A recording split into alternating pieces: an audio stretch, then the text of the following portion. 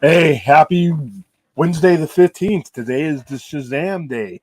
About later on this afternoon or this evening, I'm going to go see a preview screening of Shazam with about 75 of my close friends. Congratulations to everybody who is part of the promotion, the local promotion that was here. That will be with me to see Shazam 2 for your kids. Do it. I know tracking to do well. I mean, our bonkers. I mean, it's going to be profitable at 125 million budget. But like I said, if I enjoy the movie, I'm going to come out of the theater and I'm going to do a live out of the theater reaction and let you know it's good. From people I've heard, they say it's good. It's a worthy sequel. So I just wish it could have come out under better leadership or prior leadership and better circumstances. I wish there was a Superman or a Batman movie around it to bolster it. Like I said, momentum is everything when it comes to these things. I mean, there's a lot of mediocre movies in general, and a lot of MCU movies that are just basically mediocre movies that make a lot of money because of what's been established around those movies. And I wish Shazam had the same thing going for it. But like I said, if you follow my Instagram, if you follow my YouTube, if you followed my Twitter, you've seen the fact that we backed the hell out of this movie. We've given away tons of T-shirts. We've given away a lot of the promo comics, posters. We've given away the little crazy beanies. You saw me wearing one on the overnight show the other night, and we handed out tons of those to people. We'll be handing out some more tomorrow at the screening. So I hope the movie exceeds its expectations. I really, I don't think that the people who made Shazam should have to pay the price for the disorganization and mismanagement that that kind of led to their movie being made. So let's go ahead and say hi to the chat. That's because I saw Hal Jordan. Hey, Hal Jordan, what's going on? No, I am watching Shazam 2 later on today.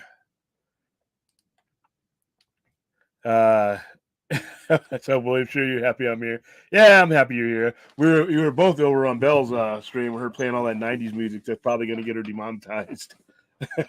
They're sure as hell going to copyright her ass out of there. But that was funny. She was bringing up Usher and everything. That was hilarious. But yeah, this is like I said, trying some new allergy medication today. Some stuff that won't knock me completely on my ass.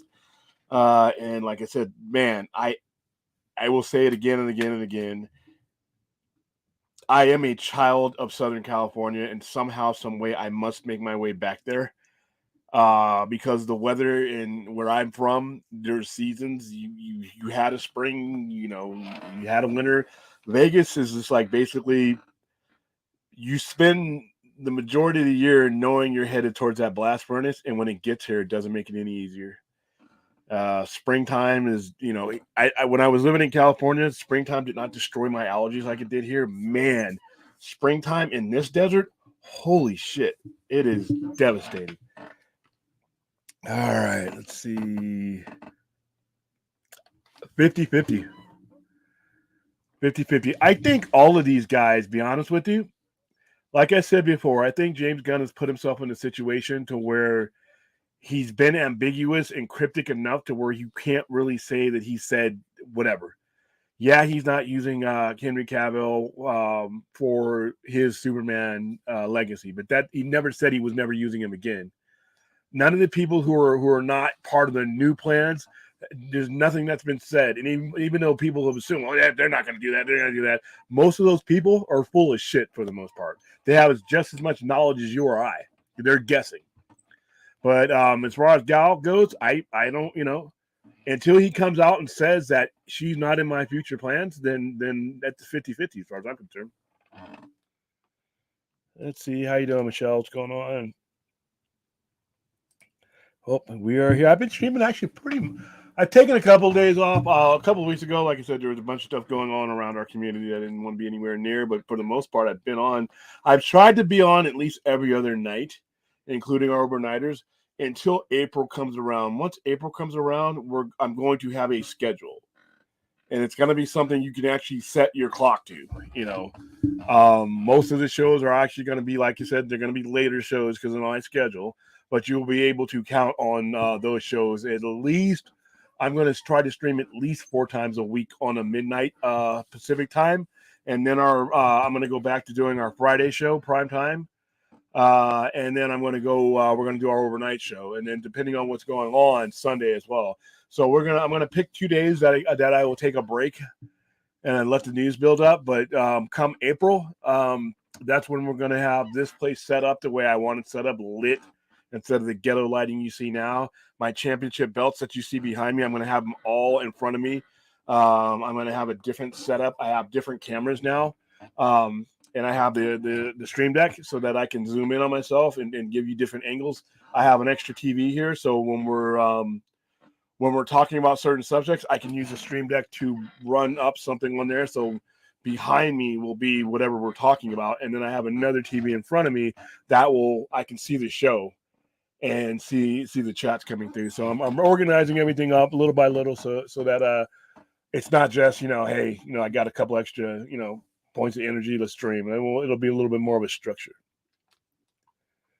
All right. Yeah. The spring is not as bad. It does suck. Like I said, if you have allergies, stay the fuck away from Vegas in the springtime. Holy cow. End of winter, beginning of spring, something happens to this place, and it's like an alien attack. And the last week and a half, 2 weeks, it's been absolutely horrid for me. The random nosebleeds, the congestion, that shit that when you first get it, it's that nasal drip, and then it settles on your tonsils and swells up your tonsils. I hate that. I wanted to rip my mouth out, but it comes every year. This year I was ready for it, and I tacked the hell out of it, man. I went to the doctor. I got shots. I got Benadryl. I got everything. I attacked it because I knew what was coming. So, and then the summertime comes, and it's just like literally suffering, And like I said, I've been in the Middle East. I've been for the military. I went to a place that is far hotter than Vegas will ever be. And when I was over there, I'm like, maybe I should move to Seattle or something. And then I got back here and I stuck it out here. And then every year it's like, and it's the sad part, it's only 3.5 months. From about late last week of May, all the way up till about mid-September, you're dealing with really crappy weather. So from the end of month number 5 until mid-month number 9, it's really not that bad. But it's just like when you're in the middle of it, it's like it's forever. It's like it's just yeah. Spring and summer suck here. Yeah, I wish I could. I'm here on business. So. Here we go. Starcipio. It's Eisenhower. Caesar was murdered 2067 years ago. Damn you, Brutish, you villain. Yeah. One of my favorite William Shakespeare's plays is Julius Caesar. I remember having to memorize that for high school. And then I went on, I became a fan of Shakespeare because of that version of it. And then I went on to Romeo and Juliet, which is why, guys, if you are a fan of William Shakespeare at all, and if you haven't seen the 1997 version of Romeo and Juliet with Leonardo DiCaprio and Claire Danes and John Leguizamo and Paul Dano, it is great. Paul Sorvino's in it. It is great. They go word for word, William Shakespeare, word for word. They don't have swords, but they have guns, and it's cops. I mean, it's great. But yeah, William Shakespeare is great. But yeah, the Ides of March, man. A2 Brute. I'll judge your lighting. I think you're gonna like the lighting because, like I said, I've been playing around with it here because the light is going to determine how I set things up. So I played around with setting up here, and when you light this up, and if I can I can have the belts behind me just like I do now, and I can have my big gold belt right to my left and really come at an angle, or I can turn it everything this way, and I have a longer, it's like 30-foot length here. And I think I'm going to do that because I can. There's doors here, and there's not doors over there. So when I go for the wide shot, for when we're just talking non-topic, I want to be able to give you guys a wide shot that has all my stuff, my pop figures and stuff that I bring to the house, and my wrestling stuff, and then come in on a close. I won't have guests at this show because of the time of night that I was doing it. Well, when we start having guests in studio guests, it'll be at the center. And I'm setting up for that too. But yeah, I've really been working on the lighting. Working on different colors and everything else. But yeah, I have an entire light bar that I've clipped to the top of the ceiling here. That's really bright. It might be too much light, but like I said, we'll play around with it. J.R. Serber, when do you think the future possibilities from DC 2023 movies will be announced? I could see after The Flash, but I could also see them waiting till after Aquaman 2. I see them waiting a significant time after The Flash. He may have stuff, but once again, I think he's giving himself a room to make decisions based off of what works with The Flash. If people walk out of the theater and they're just like, wow, that Supergirl's great. I want more. Ezra's great. I don't care what anybody says. Ezra was great and I want more. If they want, geriatric Batman back, at age 900, that they have to consider all of these things, because I think they would be fools to just go ahead and go hard forward and not look at the fact that, this resonated with people. We made a connection with people. You could still do your thing, James Gunn, but you use as much of that ammo that they've left you here to go forward with. So I think that you'll have some plans. You might have actors and actresses and stuff announced for the stuff that he's already done. Like you might get a Superman announcement or something like that. Who knows? It may be Comic-Con. I would originally said do it before Comic-Con because Comic-Con is so far away, but at the same time, The Flash is in June. And, second, third week of Flash's box office and the hype around it and the social media around it, he'll be able to judge whether, and him and WBD will be able to judge whether do we have something here. And that's all I really want them to do is give a fair evaluation of what they have. Everybody's telling me for the last 7, 8, 9 years that the Snyderverse didn't work. If the Flash is the Snyderverse, all right, let's not beat around the bush. All right, Jason Momoa is Snyderverse. If those movies do well, then to me, it proves a point that why were we going with all these obscure characters the last 5 years when you had the main players in your back pocket with this movie? Why weren't we doing event-level movies like The Flash if The Flash goes on to make $1 billion? Why were we not using Jason Momoa and all the people surrounding him? Why were we not using Cavill? Why were we not? If anything as familiar as this works, it's going to open up a lot of questions to everything that's connected to it. And all I'm asking is that they have an honest Q&A with themselves about, was the things not working because bad management, or do we have something here? And, whatever answer they come up with, as long as they actually do an honest evaluation of it. Yeah, you'll be in here before it starts to broil. My husband and I are packing up our trip home to Ireland and Norway, and we leave in June. Won't be home stateside. So you're going to places where it's not 100 degrees. Just rubbing it in. That's fine. I'm live in Seattle. I don't mind cold. Listen, I want to retire. When I went, when we for Operation Iraqi Freedom, we mobilized out of Port Louis, Washington, and we flew out of McCord Air Force Base, which is not that far away from there. And I hung around Seattle the entire time, going to and fro. I told myself I want to retire there. I love Seattle. I wish I could have lived there in the 90s, but I love Seattle. I love the weather in Seattle. I'm a coffee addict. So, I mean, I it's expensive as fuck, but, who knows? By the time I'm 90, I may have some money. William, come visit me and my cousin and kids in Providence in November. Who knows, man? I may just do that. I may go on a tour. But November, by the time I make it to November, I'm home free. That's my favorite time of the year. I can actually stay in Vegas at that point.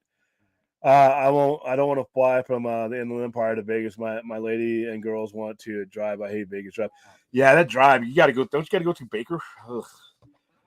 Ugh. Man, I miss the Inland Empire, man. I mean, that's where I grew up. I grew up in San Bernardino, California, and I moved around a lot because my dad was in the Air Force, and he was an Air Force recruiter at Loyola Marymount in L.A. That's where we were from. And I grew up in the Hawthorne, Inglewood, Rialto-ish area. I mean, when you're in the greater Los Angeles area, you're 45 minutes away from Los Angeles for the most part. When you turn on your TV in San Bernardino, it's not San Bernardino TV, thank God. It's LA. Your news comes from LA. There's a correspondent that lives out there in in San Bernardino. I remember ours was Colin Nolan, and whenever something would break in San Bernardino, he would be the one out there, and then he would broadcast to LA. But when you're living in San Bernardino, Rialto, Inland Empire, you're living in LA. You can claim LA. My dad worked in LA, and he drove 45 minutes every day. So I miss Southern California. I mean, no matter how long I've been in Vegas, Southern California is in my blood. And when I go back there and visit, it just feels like home. And I know a lot of people, oh, everybody's leaving Southern California because this, and that. Okay, shut the fuck up. All right. For every person that's leaving California, somebody else is going to move in. All right. There's a reason why home prices are so high there because it's desirable. Okay. You can't get the kind of money that they get in California if people, A, aren't making good money, and B, people don't want to live there. All right. San Bernardino, my hometown, San Gregorio High, class of 92. It's an armpit. All right. I can tell you that. I was there. They're getting 250, 300, 400 grand for houses that when I grew up, no way in hell you could get that. And, so there you go. But yeah, I would love to get back to California. My goal is to either get to Seattle or California. Vegas is cool, but man, it's just not home. All right, what was a great movie? Oh, Shazam. Yeah, Shazam was a great movie. It cursed. Oh yeah, you're talking about Juliet Moment. Julia Cosa, a pox in both their houses. Yeah, a pox in both their houses, wasn't it? I know it curses the same thing, but I remember I got that wrong when I did the thing. Why? You don't have to stop watching us. We this whole internet thing. We can still be together. My prediction is Ezra stays as Barry. Blue Beetle will make Shazam 1 money. Will be incorporated in DCU. Yeah, that's what I'm thinking too. And I think they're going to keep Shazam around. And I think, to be honest with you guys may laugh at this, I don't think you've seen the last of Black Adam. I just don't think it was the time to continue on that route with Black Adam. But I don't think you've seen the last of Black Adam either. So, I won't be back stateside until Island.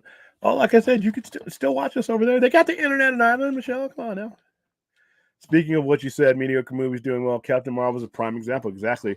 Without it being a lead into Endgame, no way it makes $1 billion. Now, and to be honest with you, there's a lot of movies that earlier on in Marvel were mediocre. Thor: Dark World blew, but it made decent money. Thor: Ragnarok, people love Thor: Ragnarok. I hate that movie. Made good money. Thor: Love and Thunder sucked, and people started to actually openly say that it wasn't that great. Still made 700-800 million.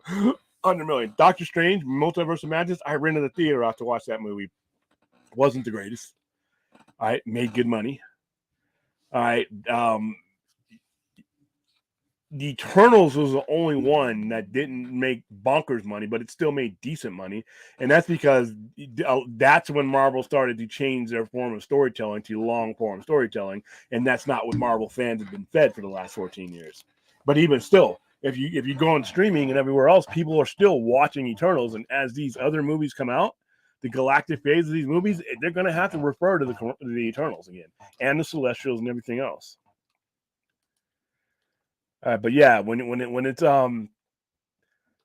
like I said, if you'd have had a great Superman movie or a mainline Trinity movie before or after or within the vicinity of this, and sandwiched, if it was sandwiched in between one of those movies, even a movie like Black Adam which had its issues, would have made more money simply because you get the benefit of the doubt. All right. That's why Guardians of the Galaxy, which is a great movie, the first one, but making a great movie is not enough. There's a lot of great movies that fail because of the circumstances they're released in. If you take away the other 9 or 10 MCU movies that led into Guardians of the Galaxy, you take those off the board and just go to the producer and say, "Hey, boss, I got a talking raccoon in a tree. I want to spend 80 to 90 million on it." You're going to get laughed out of the office. But because of the credibility and the momentum that the MCU had before Guardians of the Galaxy, you got the benefit of the doubt from fans, and you got the benefit of the doubt from the bosses. Shazam doesn't have that. All right. Black Adam doesn't have that. Blue Beetle's not going to have that. The Flash is going to have that because it's a pre-existing IP with major pre-existing IPs in it. That's what needed to come and be led into with Shazam. If Shazam had a direct connection, people say, well, Shazam, Black Adam would have helped it. No, it wouldn't. 2 B-listers don't elevate you. You add 2 B-listers together, you get a B-listing movie. That you weren't gonna get the A-list money. Now, if the Flash had led into Shazam, or Shazam had led directly into that, and then people knew that, now you're talking about momentum. You can do nothing in comic book movies without momentum. All right. Not for the long term. You can make standalones like the Batman and the Joker, but that you're going to go out of business. You're going to go bankrupt if you depend on standalone movies that take 3.5 years to make every other movie. All right. If you want to go out of business or not, meet your expectations, then yeah, let's rely on the Joker and the Batman to be the basis of your comic book universe. No, the kind of revenue that these guys generate, the kind of revenue that they were promised when they bought this $46 billion company with $43 billion in debt, that ain't Joker money. That ain't the Batman money. They need 6 or 7 Batmans types of monies to justify their purchase in the studio, at least as far as DC Element goes. Yeah, long vacation. Let's see, a plague on both your houses. I thought it was a pox on both your houses. Wasn't it a pox? It's been a while. If we haven't seen the last of Black Adam, we better see Black Adam versus Superman fight.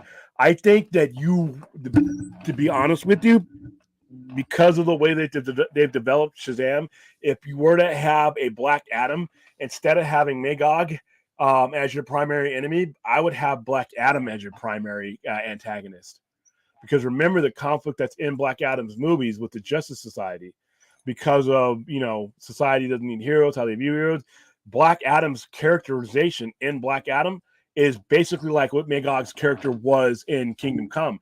You can move him out of that character. You could have Black Adam replace both him and Shazam, or have Shazam in that movie as well. Remember in Shazam, Mr. Mind, the worm is in there. The mind controlling worm alien is in there. And if you remember, if you watch if you read Kingdom Come, there's a mind controlling worm very similar to what Mr. Mind was that controls Black Adam and has him fighting Superman. So yeah, there's a lot of room to tell a good story there. My daughter's writing DC fan fiction. She's super talented. Any ideas of a fan publishing network? Digitally is probably going to be your best way. Digitally, it's gonna get it out there. It's going to get it out there to more eyes and just basically stand. I know a lot of guys who bring me their local stuff and I put it on the shelf, but I'm one store. If you get it on digits, you get it on websites and things like that, people can download it.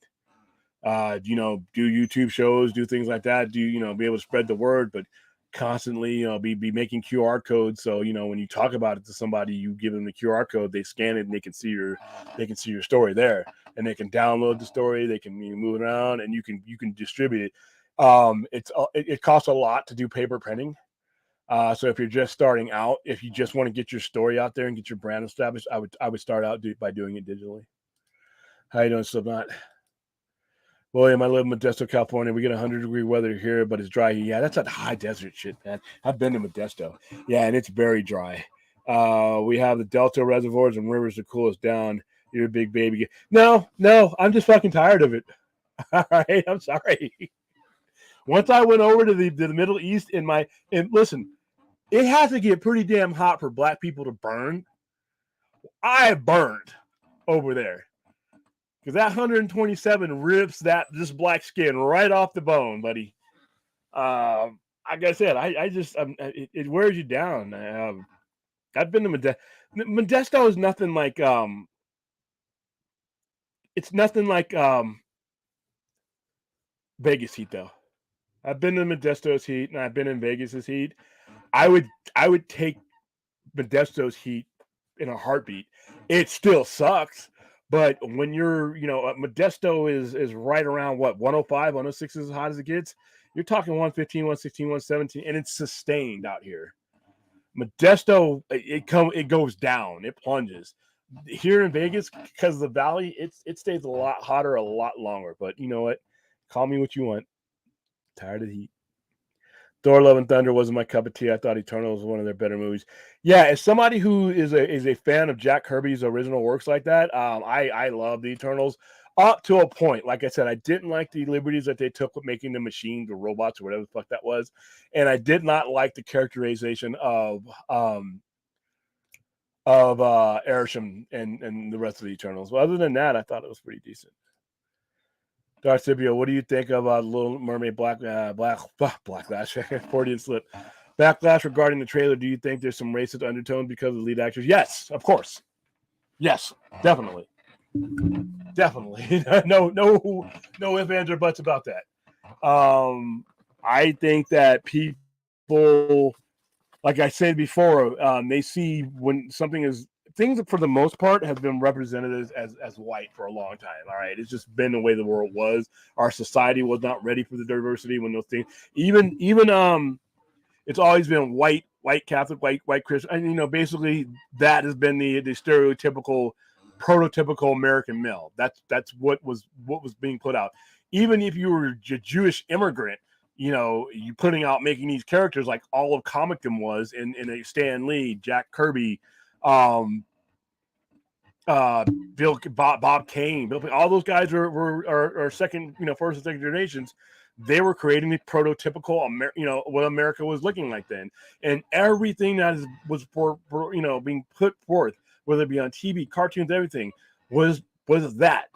All right, all these main characters are always represented by white people. All right, so as the society and the audience starts to diversify, and you cannot stay in business if you cannot relate to your audience, and we're not all white. All right, look at America. All right, we're a tapestry of a lot of different ethnic cultures, and you have to at some point start representing those. And it's not woke; it's America. All right, so yeah, when people see something that was traditionally, but once again, it's a fictional character. There's nothing wrong with portraying a fictional character, whatever race or gender you want to, but that's what it is. People see that their representation is no longer the only representation, and they lash out, which I think is sad. I think that everything that happens in America, for the most part, should represent everybody that lives in it.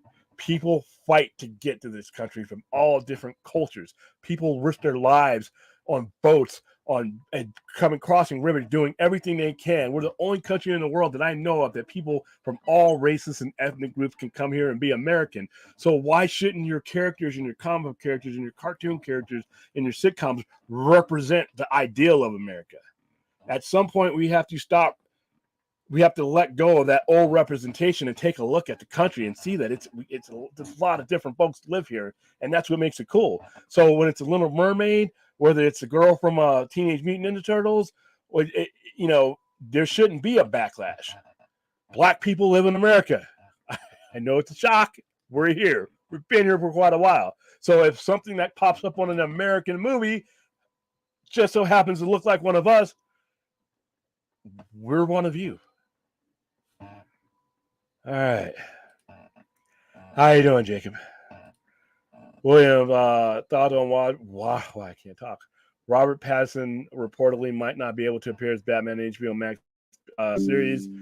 I'm not real sure. I heard about that, but I don't know what that's all about. I don't know if it's contracts or anything like that. I don't know. I have to look into that, but it's not about him, so I don't think it'll be a huge issue. If it's about, it's about the Penguin, that's probably going to be the main focus with Batman in the periphery. But can appear as Bruce Wayne. Reports that the TV rights for Batman are caught up in legal limbo and robbing rights issues with Fox and Disney after the merger. Yeah, because of what Gotham and some of the stuff like that. I think that I think that's going to eventually come out in Warner Brothers' favor because of the fact that they own those IPs. And whatever contracts that were signed for limited licensing with Fox, to do those shows like they did for Gotham, I don't think they can hold them in perpetuity because DC and Warner Brothers never ever relinquished the rights to those IPs. They may have contracted them out, but that's the difference. But I got to look into that though. Don't quote me. I got to look into that. Thor: Love and Thunder, I think they legit might have killed Thor in the MCU. Listen, and one of the most painful things that I watched, I like Russell Crowe. I love Russell Crowe. I think Russell Crowe is one of the best actors in his generation.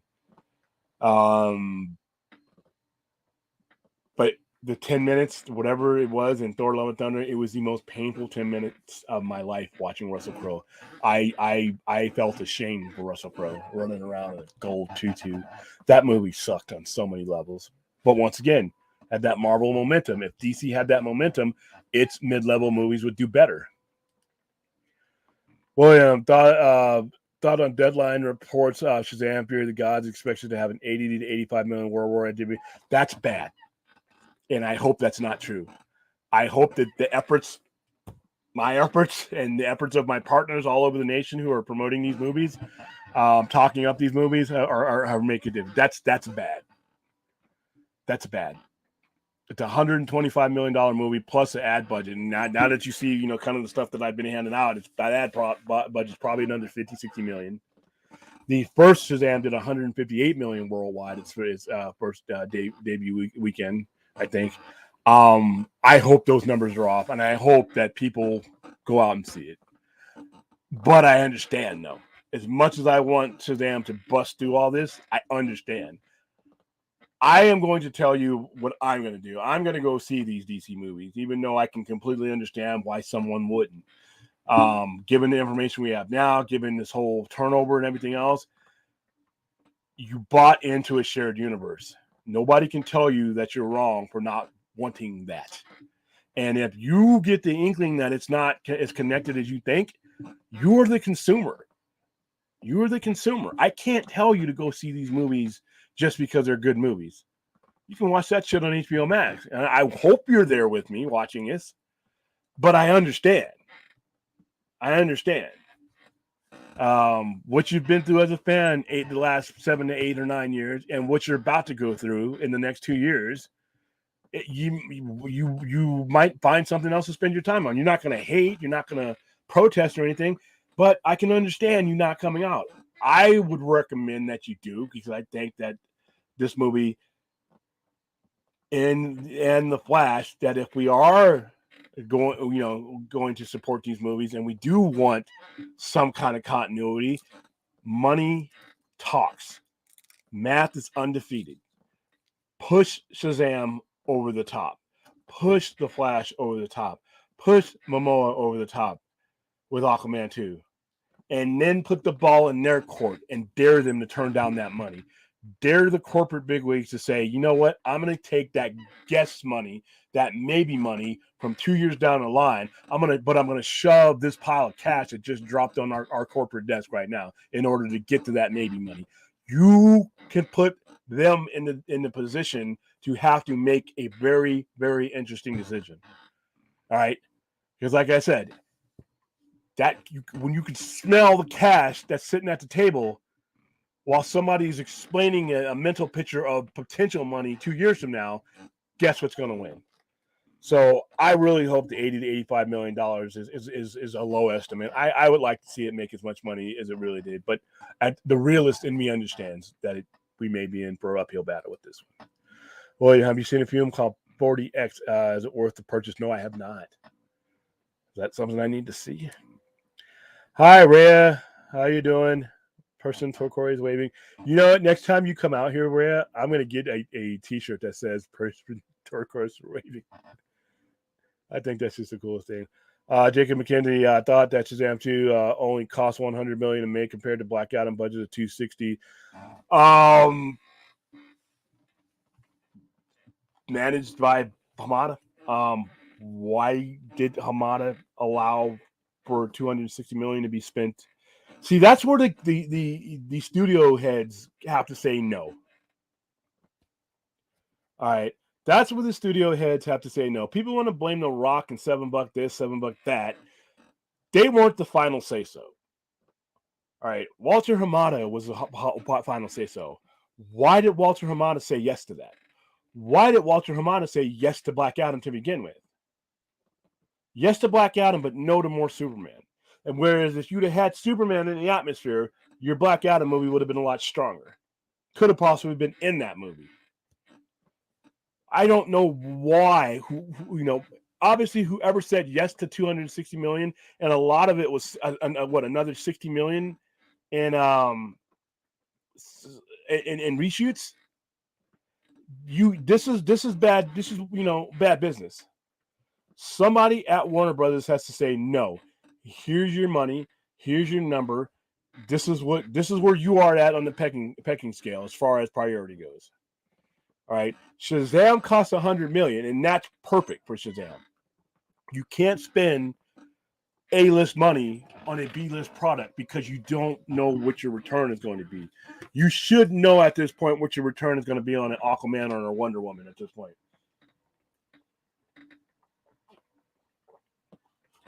And on the worst day that your Superman movie minimum is going to make $678 million. Minimum.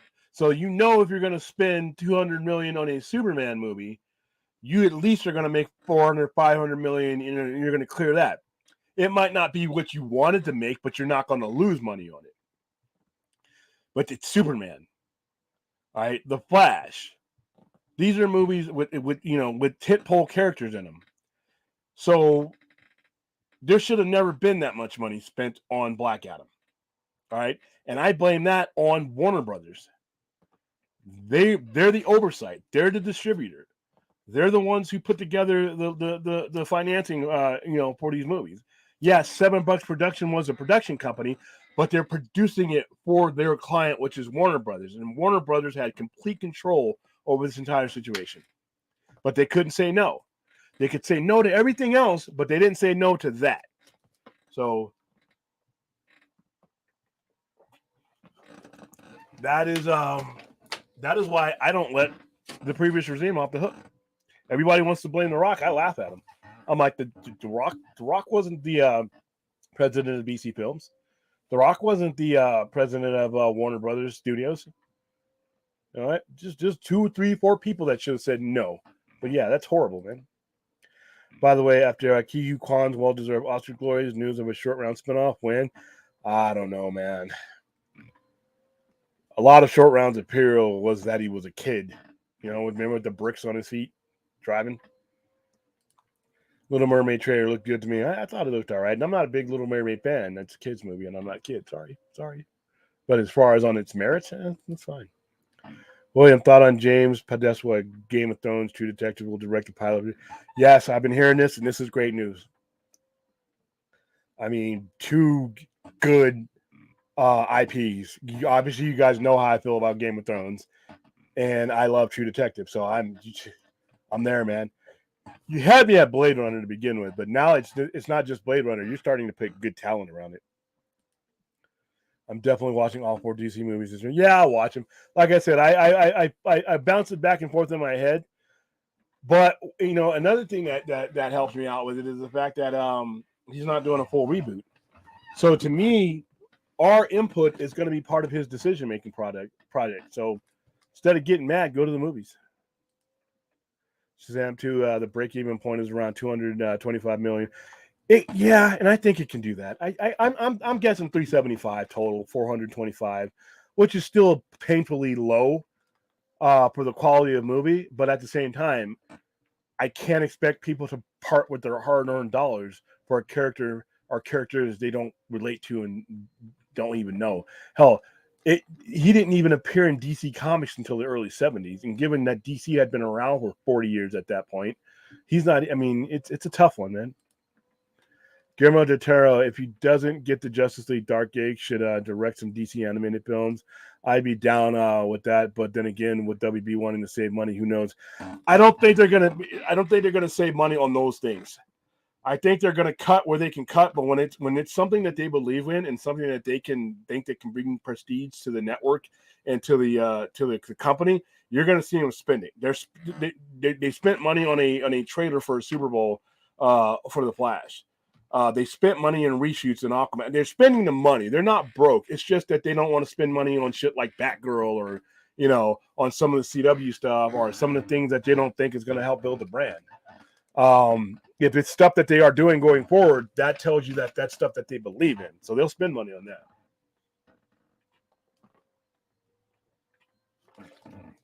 So yeah, I think they understand that they need to cut things because it was a company that they purchased in debt. But I also think they understand that you get what you pay for. You cannot go cheap when it goes to DC. If you go low budget with DC, the expectations will get lowered and the product will get lowered with it. Um, you can't present DC films as something cheap, or people will dismiss it as something cheap. JR Server, the early reviews of John McFour, I've lost count of how many people are calling it one of the best action movies ever made. Religion Cardi. Yeah, I had a schedule conflict. I gave away t-shirts, tickets, and coins to John Wick Chapter 4. I was not able to go, though, because, like I said, I had a schedule conflict, and I didn't want to take 2 days away from the store, and I'm going to be there at Shazam tomorrow. So, William Fox owns the TV rights since they bought the 1996 Batman series. I'm gonna have to look into that because I think there's some caveats. I don't dispute that what you're saying is not true or true, but I think there's a lot of legalities around that. It's just like the whole Hulk Submariner situation. There's a little bit more to it than just that. I have to look up the exact contract though, because I think there's ways to do it. But also you also realize that streaming is different though. Do the same laws that apply to streaming apply to network TV rights, and IPs and things like that. So who knows? I'll look into that though. I want to know the specifics of that myself. William, it's unfortunate that Russell Crowe made a fool out of himself in Thor: Love and Thunder, but that's what happens when you need cash. Helen Mirren looks ridiculous in Shazam 2. Money talks. I've heard her and Lucy Liu are actually pretty good in it. And Helen Mirren is, dude, at least like 900. She looks hot still, but and she's an Academy Award winning level actress. I think she's having fun with this. Is Russell Crowe that hard up for cash though, man? I mean, this guy's like an icon. He can, and I think he lives cheap. Oh well, we'll find out. Post Zack Snyder's Justice League, the best the old regime could give us was those characters together with a semi cameo and Peacemaker. That tells you everything about how backwards the thing. Yeah, dude, we can do an entire overnighter stream on how back assward that regime was, starting in 2013 with Ishihara fucking up, and then who he appointed, and then it was downhill. Once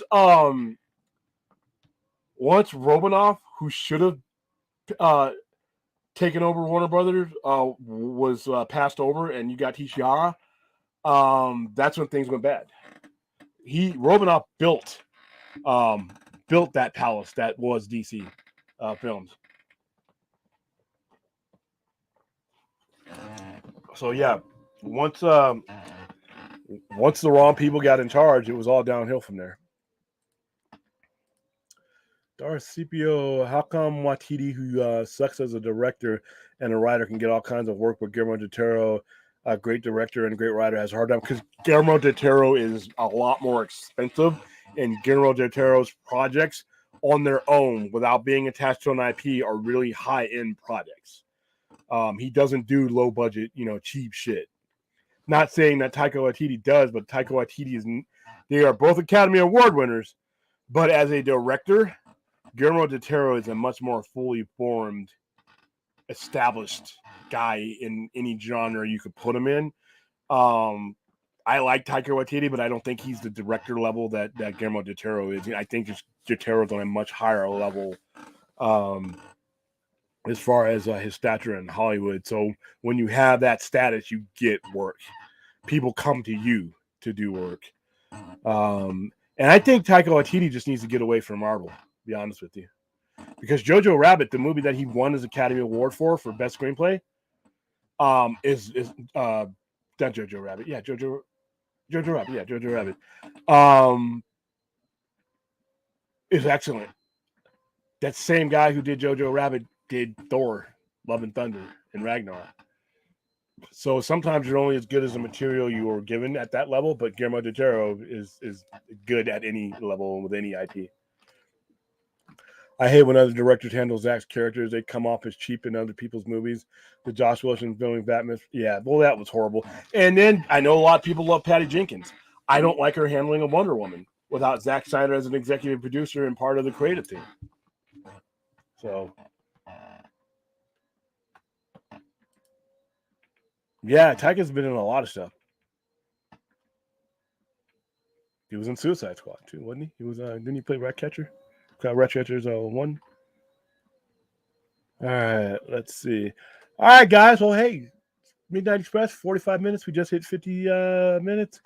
That's it for me. I'm feeling a little bit better, not as destroyed as I've been at the end of all these other streams, but I think we hit on a lot of the basic topics. By the time we see each other again, I will have seen Shazam, The Fury of the Gods, and I think I'm in for a good movie. I think I'm in for a really good movie, and like I said, I'm a big supporter of this movie. Both it and its predecessors. I wish they could have come under better circumstances, better management. I just wish for DC as a whole we get to that point.